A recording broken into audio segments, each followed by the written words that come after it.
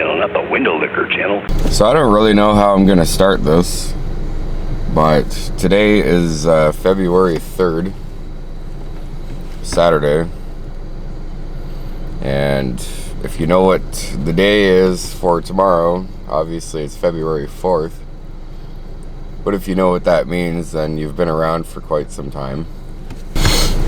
But if you don't know what it means, it's tomorrow is the 1 year anniversary. I mean, there's nothing to celebrate about it, but it's the 1 year of when I got into my car accident and I lost my main, I don't know, I guess, I don't know how to put it, but my main thing for the channel, how I started basically. I mean, it is how I started. It's the inspiration. It's the first thing that came to mind. It's how I started. So there's a little bit of a story behind it, and I'm sure none of you actually care, but I'm going to tell it anyways for the sake of it being on the channel and for people to know. But yesterday I did something fun. Can you read that? Because I can't. Got an alignment on my car because I had to do that after doing the front end or the tie rods, which it appears that nobody watched that video really, so I mean, I don't really care. It just proves how much the algorithm goes up and down. But anyways, the story behind all that, it actually was the first time that day, February 4th, 2023, was the first day that I came out in quite some time to get pictures of trains, because it happened to be the first weekend, actually, that I had acquired the lens for my camera. Because a few weeks, I think it was 2 or 3 weeks or whatever, I'm not sure, before all this happened, I went out and I got this camera. Obviously, we all know, we've all seen it by now. But when I bought this camera, it didn't come with the lens. So it literally just came like that. No lens. So I couldn't use it for quite some time after I bought it. But then thankfully, an old supervisor of mine ended up selling me this one for 50 bucks, which for a Canon EFS lens, $50 is one hell of a deal. Because I seen that same lens on Facebook Marketplace a few times and it was like $160. So I think we're gonna move. Sorry about that. Where I was sitting was my normal spot, but I'm sitting there trying to do this, and I seen a few people drive by that know me, just from around here. Nice guys, but I don't need to be interrupted while I'm doing this. So anyways, when I got this, I think it was like January 23rd when I bought the camera. And like I said, it didn't have a lens. Got the lens, got it for 50 bucks. And 50 bucks is a good deal because like I said, I couldn't find any that were less than $160. I probably would be able to find one now because I'm not looking for one. But back when you're always looking for something, you can't find it. So I got the camera. I think that weekend, I think it was, actually no, it wouldn't have been that weekend, it would have been the weekend after, I think. I don't know, it's been a while. I hit my head in that car accident too, so don't mind me. But I came out, it was roughly around 11:30, 11 in the morning. I came up here. I sat in my old spot, which was a very silly spot. I don't know why I sat there, because it was right up against the hydro pole. It was pretty close to the tracks. I wouldn't do that nowadays. I have a new spot. Sorry, I'm not a good storyteller. But I sat there. I didn't even have a scanner at the time, so I didn't know if anything was coming or not. And I got lucky, I guess, because basically as soon as I got here, I waited 10 minutes, not even. And next thing you know, a train comes by. And I didn't know how to use this yet. I played around with it a little at home, but I didn't know how to. Because the problem was, if you take a picture with a normal camera, you know how you take the picture and then the picture shows up on the screen after you take the picture, like a preview? That really fucked me up for the first few times, and I could not figure out how to turn it off. And it was also how fast it shoots. Like, I can get it going, like, not extremely fast, but fast enough. That was when I used to, I left it in that setting, but that was when I used to want to get every single angle and shot that I could. But now I can zoom it and focus it in time to get those perfect shots. But anyways, I'm off topic. So when that first train came, I had a good warning that it was coming, and it was a westbound, so it was coming from back here and going that way. And where I was sitting, I seen the crossing signals go off beforehand, so that was a good indication to me that something was coming. So I got out of the car, and I started shooting, I guess. I got a shot of it like way back here underneath the overpass, and then a little bit up there, and then I think one like right beside me, or it was only the two that I first mentioned. I think it might have been the only two. I'll show them on screen anyways. But those were the first rail fanning pictures that I got with a professional camera that wasn't a cell phone picture or anything like that. Because back then when I used to do this, I never actually was able to see locomotives. I literally came down and I took pictures of all the cars and rolling stock that they had here, which is nothing. But I do have a few, not even like a few pictures of locomotives from back then.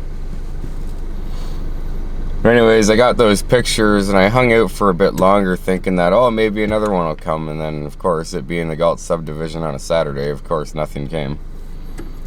So I said, fuck it. I didn't have any coffee yet. I didn't even stop for my morning coffee yet. And I left here. And then I was going to go to the Tim Hortons by my place and then go home and edit these pictures. And I was going up the hill at Cedar Street. If you know the west side of Galt, go up Cedar Street. Fairly busy road. I got very lucky that day. And then, well, the video explains it.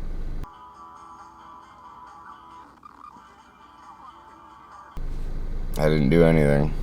And it's funny because the song in that dash camera footage that I have, the song that you can hear in the background, is actually The Darkest One by the Tragically Hip. And I still have a hard time listening to that song to this day. I haven't stopped listening to it because it's a very good song, a very good music video too. It's got the Trailer Park Boys in it. But yeah, the video just kind of explains itself. Or the dash camera footage, she just wasn't looking where she was going, and that was it. And it was one hell of a shitty ride after that. I actually took my camera and like shot it across the passenger seat, and it ended up on the floor underneath the dash. That's how hard she hit me. It doesn't look like that, it was going that fast, but if you ever watch those videos of where they have people strapped in on like a ramp that goes down and suddenly stops at like 2 kilometers an hour, and how much they jerk forward. I'll show you one of them actually.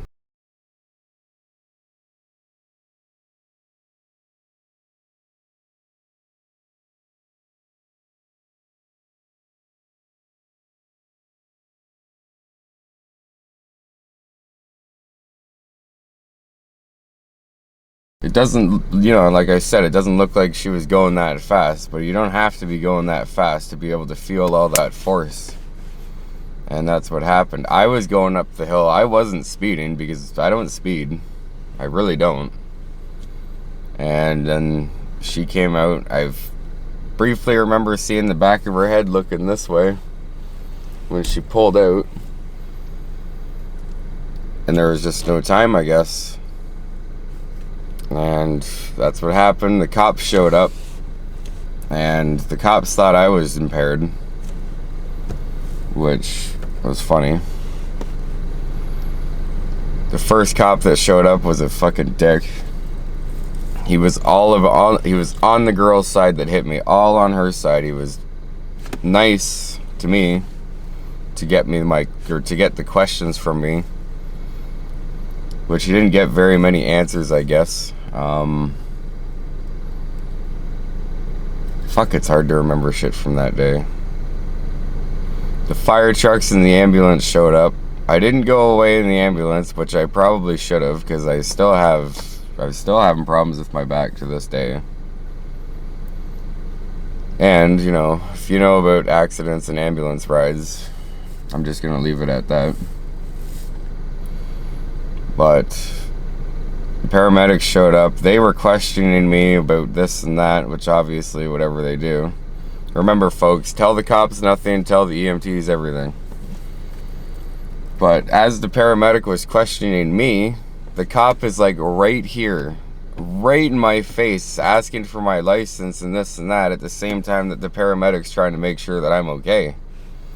And since I refused to take the ambulance, I had to sign something. I forget what it was, but not important. But this whole time, this cop, and I can't remember his name, was right there asking for my registration, my insurance, my fucking license. And then he has the audacity to ask if I was drinking at all.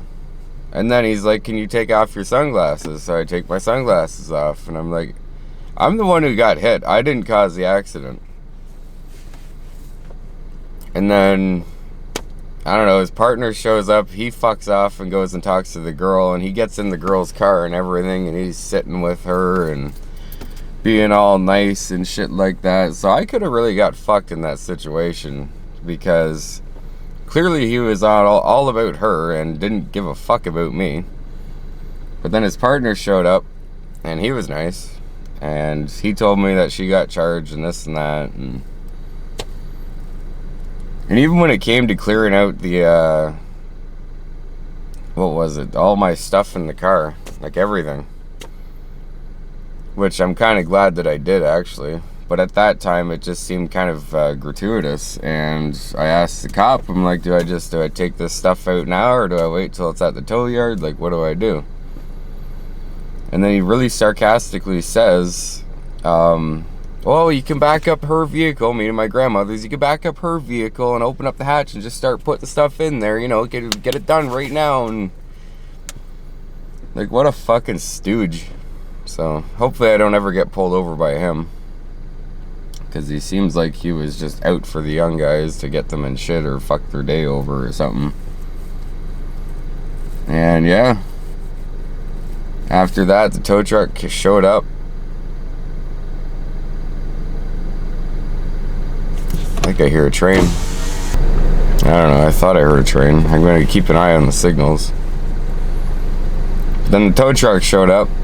I don't remember his name either. I faintly remember what he looks like. But he took the car, he brought it to S&V Towing, and I forget where that is. I think it's just off of Bishop Street. If you're from Cambridge, you'll know. And I went there to find out that my door panel was all tore apart. I don't know how the fuck he managed to do that. And then insurance tried to blame that one on me. I fucking snapped. I'm glad I wore my GoPro that day. All that footage is there. Complained to them. Probably didn't do anything anyways. I get the car was a write-off, but he didn't need to start ripping shit apart. But yeah, after the tow yard incident and the tow truck incident and dealing with the cops, I had to email a whole bunch of people too. And prior to this, mind you, my car was already supposed to get fixed because I ended up getting rear-ended in Brantford on the way home from work before New Year's.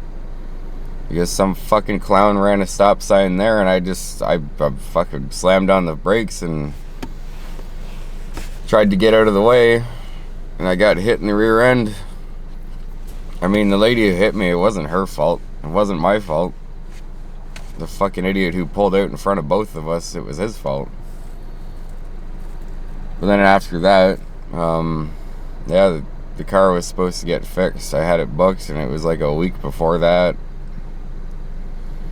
is when the accident happened. And I didn't have an updated insurance slip on me when that first accident happened. So when we went to the police station, they were fucking just accusing me of not being insured and this and that, which I never got charged for anything, thankfully. But I guess when you're a mid-20s guy or a early 20s guy and you're driving around in a two-door sporty-looking car, the fucking world's against you. Which I don't blame them, I guess, because all the other fucking idiots out there that, all these young guys that think it's the fucking Fast and Furious out there, not happy unless they're going Mach 1. It kind of puts a bad look on us, but not all of us are like that. But I had to email a whole bunch of people, so I emailed them this and that. And each email, I always made sure to say, because I don't do emailing very often, it would fucking drive me nuts if I had to. At the end of every email, I always said, let me know if you receive this, please and thank you. And it's funny to think about now, but the only person that actually acknowledged receiving any of my emails was the broker that I had to deal with, which now makes sense. But the police didn't get back to me in either Waterloo Region or Brantford. Did not get back to me about receiving an email from me because I had to email them a proof or an updated version of my insurance to prove that I did have insurance still, which I thought they could. Scanner's going off. Something's around here. I hope it's an eastbound because I'm kind of in a bad spot for a westbound. It's very broken up though.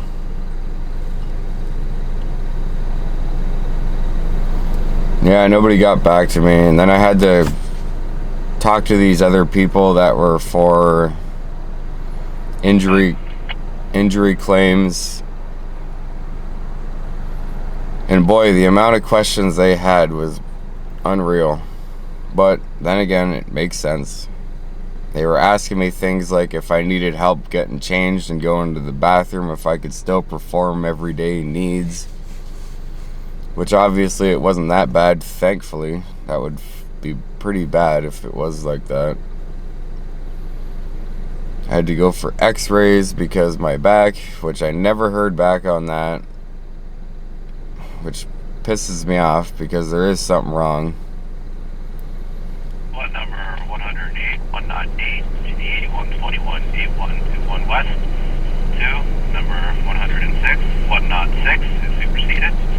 3, proceed from Begin NC, Sag Wolf Junction to west side of Switch, Moores Lake. Yeah, there he is, there, the son of a bitch. CTRT, conductor touch. You can sit there, the engineer room.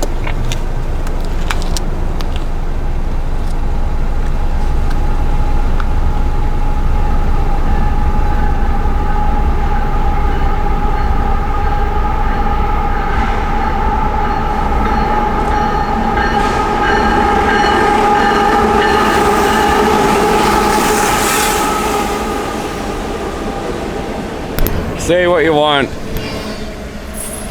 That shit is awesome.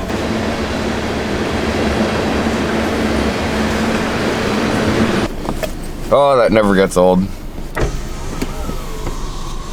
That had to have been the longest train that I've seen in quite some time. And it's been quite some time since I've actually seen a train.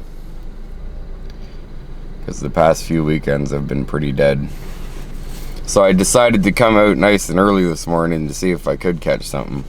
Because it's only 9 now. Whew. It's fucking cold out there. It's only 9 a.m. right now, on the dot. I was up at like 6:30. I left the house around 7:30. Which getting up somewhat early on the weekends doesn't bother me as much as getting up early for work, because I don't have to rush to get somewhere. Anyways, back to the story. And if you're still watching this far, I do appreciate it. But yeah, I had to do a lot of emailing and stuff like that, and I mean, I got a week off of work, which was okay, I guess. I never got paid for that like insurance promised me. Never got paid for any of my injuries, which insurance promised me. And they underpaid the fuck out of me for my my car, because apparently it was a rust bucket, worn out old piece of garbage, which we all know it wasn't. I did a lot of work to that car. I took very good care of it. I take very good care of all my vehicles. I don't see the point to beating up your car and then you don't have anywhere to go, or you don't have any way to get somewhere. And you spend all that money on a vehicle just to beat the shit out of it. I've never understood that. But yeah, they're trying to tell me that it was this and that and the next thing, and I fought with them again and again for a higher amount, and eventually I settled at, what was it, $4,906, $4,906. So yeah, which might seem like a lot, but in all honesty, it's not for the new or used car market, because the used car market's pretty fucking brutal. I got this Civic for it was, what was it? The Facebook ads said 55. When I went to look at it, they said that they could accept 5,000 for it, which I was like, okay, whatever, that's fine. And then when I got there, because I've never bought off a dealership before, all of a sudden it was more again because of these fees and that fees and this and that. And they're trying to throw a warranty at me, which was another fucking couple $100. And I was like, just give me the car and get me out of here, because I need something, because my rental fucking car time was running out. And they basically said to me, with the rental car, that it's either you're shit out of luck, or you can pay $30 a day to use it. Which $30 a day adds up pretty fucking quick, especially when you're out of work,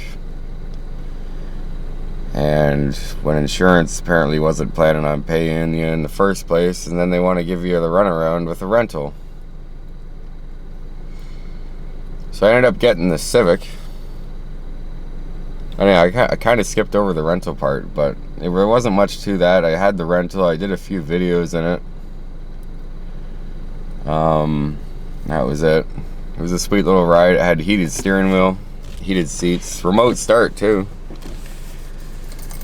which kind of shocked me. I only found that out after I had it for a while, which pissed me off, but whatever. The only thing about that rental is it smelled like ass when I got into it. It smelled like fucking ass. I don't know what it was. Probably the person who drove it before, but it stunk so bad in there. I actually had to hang up one of my own air fresheners. But then I got the Civic. I'm happy with the Civic. I have had to do quite a bit of work to it, which is fine. It's not the car's fault. And I'm also not complaining, but I'm kind of curious and suspicious on how it passed safety in the first place with the struts being as bad as they were. But with the condition of the roads that we have to drive on, I mean, I guess it's a given. Nothing we can do about it. And they only seem to want to repave stuff that doesn't need to be done. Like, all of Highway 24 was paved this summer and didn't need to be done. There was nothing wrong with it, but they did it. So I got the Civic, and then I went on kind of a hiatus, I guess. Or I didn't make any videos for quite some time.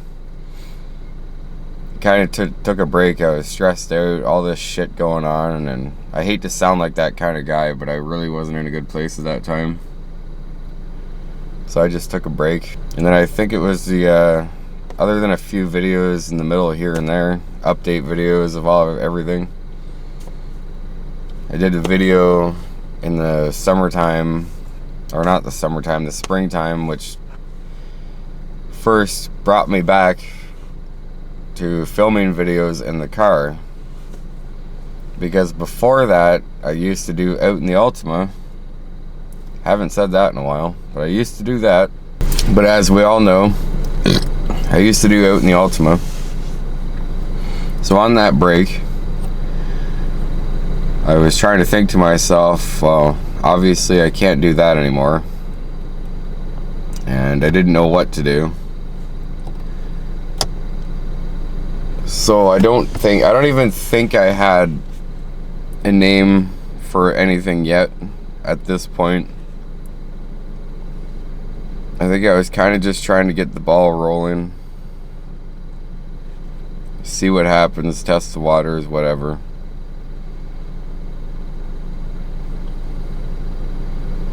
Oh yeah, I did do a few videos of trains.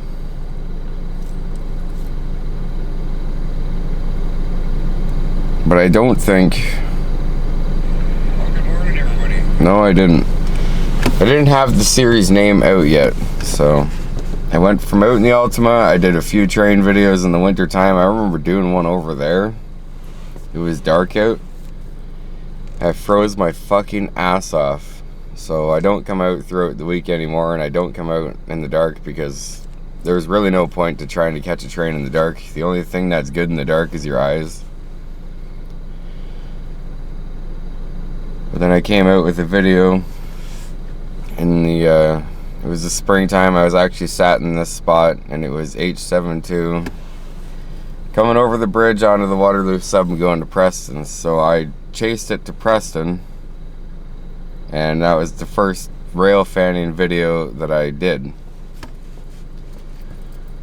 And then it just kind of progressed from there. Just kept on going with it. I seen where it was going, and it's done me good so far. I appreciate everybody that's subscribed and everything. But the name. So I picked the name Noisy Triangles, and I'm sure there's got to be some people out there that see that name or hear that name, and they're probably wondering to themselves, what the fuck does Noisy Triangles mean? It's quite simple though if you think about it. So take a picture of a train directly from the front, or close to directly from the front, with the headlights on, and tell me what those headlights look like when they're all on together. They look like a triangle, right? Or in that kind of formation. I mean, if it's really focused in, you can see that there's two headlights there and then two ditch lights. But when they're all like that, it makes it look like a triangle. I was like, alright, I'll triangle. And then I just thought of noisy. Well, I didn't think of it. Trains are obviously noisy. And I put Noisy Triangles together, and that was it. But the way that I thought of the name is, I forget who it was, but I watched two YouTubers. One of them's name's Dancer, and the other one's name is Jumping Off the Cliff. Both of them hop trains, which is very illegal, mind you. It's very dangerous too. Forget who it was, but one of them said Noisy Diamonds. If you don't know what a diamond is another part of railroad infrastructure or whatever, where two of them cross over each other. Watch the wheels of the rockhoppers slamming this diamond. The initial assault on the crossing begins with two 400,000-pound locomotives.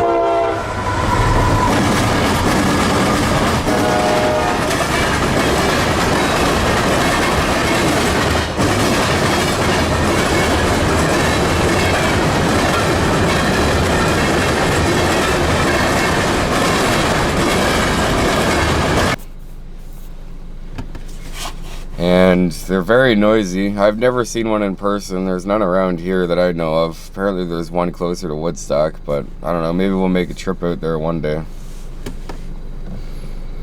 But that's where it kind of all came together and worked out. I think it worked out good. And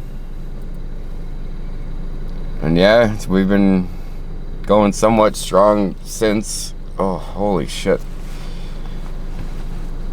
Shoulder is just fucked today. We've been going somewhat strong. 247 subscribers is an accomplishment to me.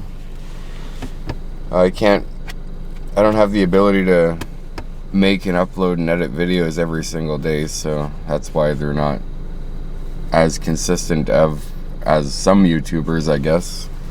But I do what I can. So yeah, I mean, I think that's it. I can't think of anything else. I'm sure I've rambled on too long, and I'm sure nobody's gonna watch to this far in the video. And if you have, I do appreciate it.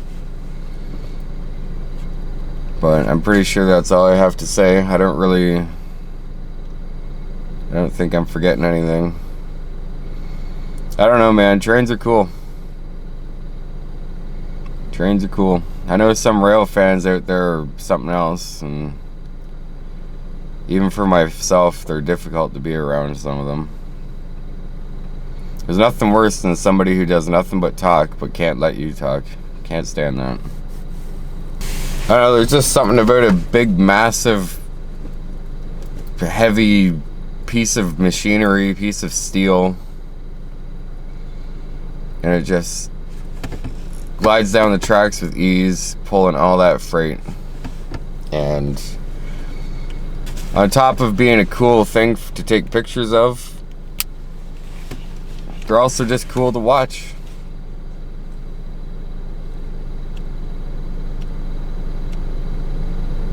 Something about it, man. Anyways, hopefully we can make it to 300 subscribers soon. We're pretty much halfway there. It would be nice to accomplish that. I don't really know what else to say. This isn't really a video that I wanted to redo or relive or whatever. But we did it. It happened. It's part of the channel, I guess. And that's it. So I'm not gonna tell you what to do at the end of the video because I'm pretty sure you know what to do.